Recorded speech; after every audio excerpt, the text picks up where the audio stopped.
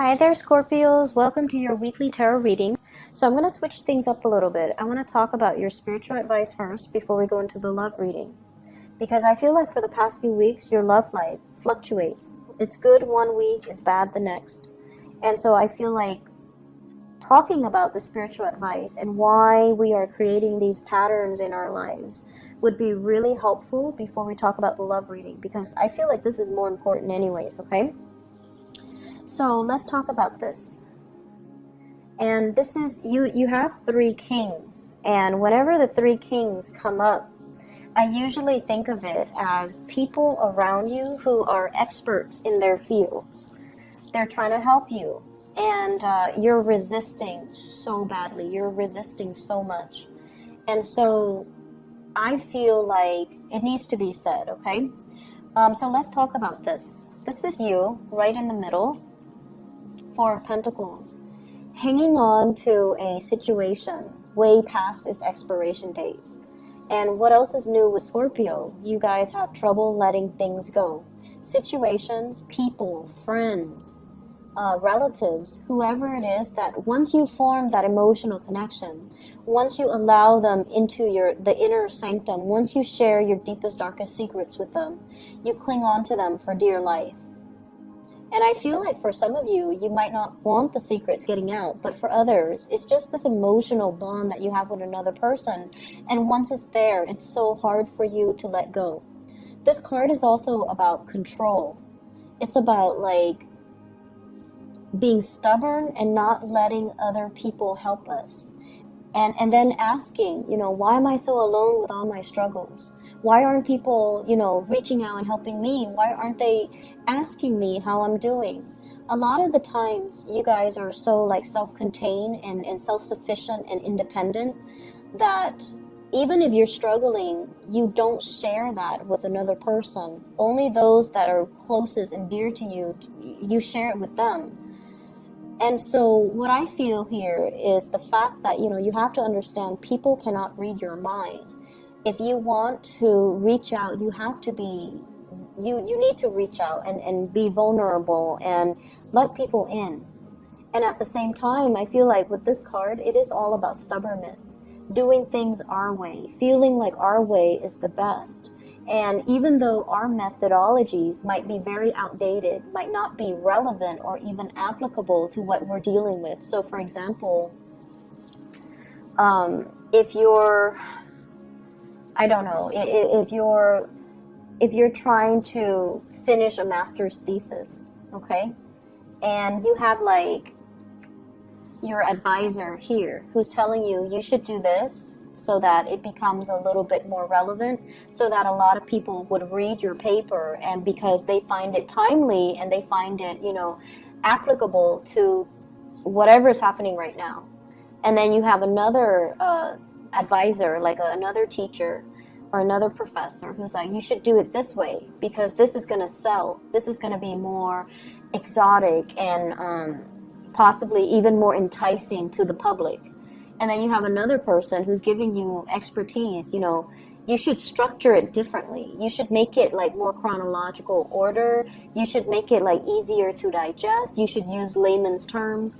But whoever it is that's coming in offering you these snippets of advice, you're not listening, because you have it in your head that I'm going to do it this specific way, that my way is the best way.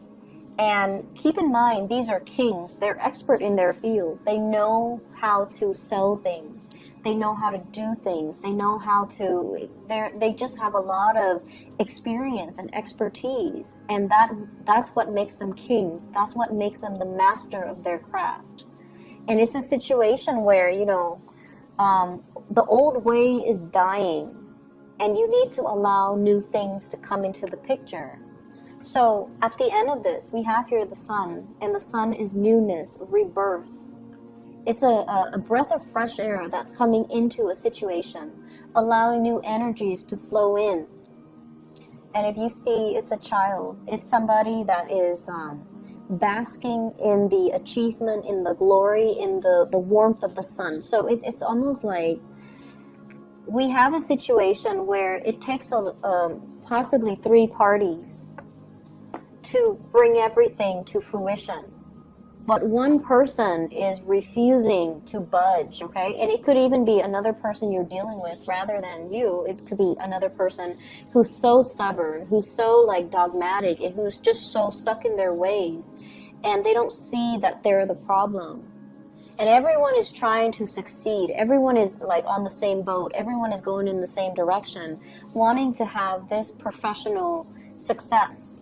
And one person is resisting, and that person is proving to be a very weak link, or their self-sabotage is affecting the performance of the entire group. So I feel for some of you, you're stuck to a specific person or an idea, and your family members, your dearest friends, are against it. Okay, and then for others, you're working with other people, and there is a weak link amongst you. And you guys, the other 2 might be like, so for example, there are 4 people. The other person might be like, let's cut him out. Let's cut this, he or she, let's cut them out of our group because they're not pulling their weight. And you're just advocating for this person because you care, right? But if they're a weak link and they're affecting everything else, you kind of have to look at what is the best policy here? What is the best course of action for the greater good? Rather than your own personal entanglement with this person. What is the ultimate, like what's the greater good that can be achieved, and what should I do to achieve that greater good? And I feel like somebody's not pulling their weight and they need to be weaned out. And you have to allow change to happen and to allow a breath of fresh air to come into the picture. So I feel like in the work environment, I'm going to find the other king. I'm going to find the other king, and I just want to show you something. So, in general, where in your life have you kind of been holding on to things? And where in your life have you been kind of like stubbornly and dogmatically clinging on to it past its expiration date? And many of you are going to say relationships, because you guys are notorious for doing that too. But I also feel like being stuck in your ways, that can also be very problematic, and not heeding the advice, not asking for advice, being too proud, being too stubborn to ask people for, for help, ask people for assistance. So I feel like you have the support around you. So if we replace that with the last king, right? You have all the kings in the deck. They all come together with a very specific skill set. One of them might be the visionary, and I feel like it's you that's the visionary. You have this idea that if everything, if we want to achieve, greatness and success, everyone has to like each other, and the energy and the vibe needs to be, needs to jive well. We need to like connect on that emotional level. That's not always the case. This is a king here that's missing with the King of Pentacles. The King of Pentacles gets things done. So if there's somebody in there, in the group or in this situation who's not really pulling their weight, replace them with somebody else that can pull their weight. Replace them with somebody that is a man of their words, that, when they say they're going to do something, they follow through. They're not flaky, and they take full responsibility. So I feel like there's somebody here who has a little bit of a victim mentality. It's never them. It's always circumstances around them. And I feel like you are understanding of that, and then the other people are not, and you're just advocating for them. But the bottom line is they're not pulling their weight, and it's time to stop, making excuses for them, okay? And then you likewise, it's time for you to stop living in this emotional space and wasting a lot of time because of these emotional ties, and to really take care of your financial situation more than anything. Because like, you see your peers, you see your friends, you see your coworkers, you see everybody around you moving forward, reaching a state of, professional success and achievement. And I feel like you're so stuck in emotional situations where it's you're leaking energy in emotional relationships and emotional ties, and you're not giving enough energy to your work, to your practical responsibilities, towards building long-term stability for yourself and building that foundation of wealth for yourself, because your energy is dissipating towards, helping other people, taking care of other people, and there's very little energy left for you. So your spiritual advice in general, if you want to reach this state of success, maybe you need to be a little bit more selfish. Maybe you need to, look after yourself, because all the people around you, they're capable and competent enough to do it themselves. They don't need you to baby them. They don't need you to give so much of yourself away. Okay, so let's build on this. Let's build on this King of Pentacles. I feel like, you're at a good space emotionally. You're very loving and giving. And the next step is for you to start to build up this wealth. So let's talk about your relationship. And I feel like the relationship sector has been one of the more turbulent areas for a lot of Scorpios, a lot of water signs, because I feel like a lot of the times, we can't really help who we're attracted to. We can't really help who we care about, but we need to be discerning when it's a bad relationship, when the relationship is draining the life out of us, or when the relationship itself is, and one good example of this is, for whatever reason, right? You could be very financially well off. They could be very financially well off. But for whatever reason, when you get together, the union between the two of you is off. And so as soon as you're together, financially you're drained, or financially they're drained. That's a good sign that it might not be a good relationship for you. That's the sign that for sure something is off about this union, because karmically it's not meant to be. And so if you see these signs, and it could be other signs, whatever signs that you see, and you don't cut it off, you get too deep in it, and then it's hard for you to pull out, right? So take better care of yourself. Okay, so let's talk about your relationship sector, because that's also very problematic here. We have, first of all, your energy. We have the Page of Swords. This is communication that is almost like competitive. It's like picking at a situation, wanting to pry, wanting to look at the other person, wanting to figure out what they're up to, asking follow-up questions, and it almost feels like an interrogation where when you have your eyes set on finding the truth, or you have your a specific course of action that you're very set on, I feel like for many of you, you don't let it go. You don't know how to stop prying. You don't know how to, you just doggedly go after the truth. And a lot of the times it can create barriers between you and the people that you're dealing with, okay? You might as well be dealing with an air sign, an Aquarius, a Gemini, or a Libra. This is somebody that is a little bit younger. This is somebody that I also feel they're not a very emotional type of a person, okay? They move on fast, and they also talk very fast. And they can also be, like, they're great at problem solving. They're great at computers. They're great with technology. They're great with communication. But I also feel this is an energy of somebody that is not like a good fit for you. And I feel like for many of you, you might have moved away from this person. We have here the Ten of Wands, dropping the burden, okay? Dropping the burden. The relationship itself might have been very burdensome for you or the other person. And I feel like no matter what you do, it was falling apart at the seams, right? If she were to just pick up that one stick that's on the ground, she might lose her balance and, drop everything, and then it would come crashing over her, and she might be severely injured.